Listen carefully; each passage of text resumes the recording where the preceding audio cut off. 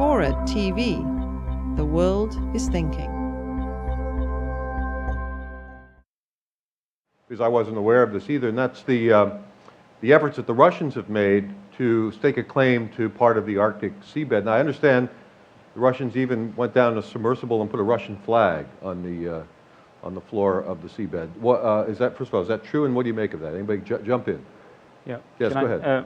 It's true that I did it, and I think several of us, and McKay was one of the people commenting that. We commented by saying that we used to put flags on the North and the South Pole 100 years ago, but since then we learned to send letters to the UN instead, and that's an example to follow.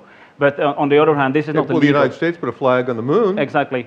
But this is not a legal claim. Right, and I think the good news, what we should focus on, is that we had a foreign ministers meeting in Greenland a year ago, that led to the Ilulissat Declaration, which basically says that the UN Convention on the Law of the Seas is the instrument by which we settle these issues. And there will be disagreements and disputes, but they will be within the legal realm as long as today's low tension is maintained in the north. So is the Russian activity totally legitimate? What are the Russians up to? I guess I would say from our standpoint, it always tends to be this effort to overstate the importance and significance of things in the north. And I would say is that from what I've seen, exactly along with the Secretary mentioned, it's very deliberate, folks following through with a process. Perhaps there's a little bit of headlines being made, but otherwise, in earnest, there's a very deliberate, negotiated process for resolving issues in the Arctic.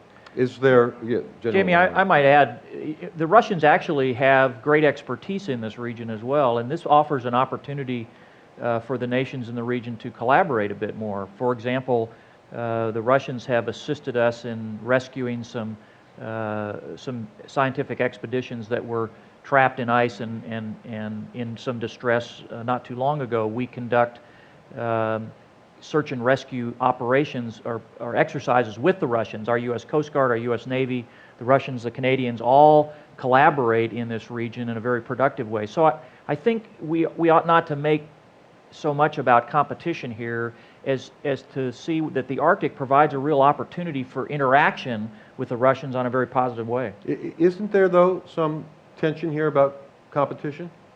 Let me mention, talking about the Russian expertise, the Russians, from a commercial perspective, in terms of working up there, in my mind anyway, are the best in the world.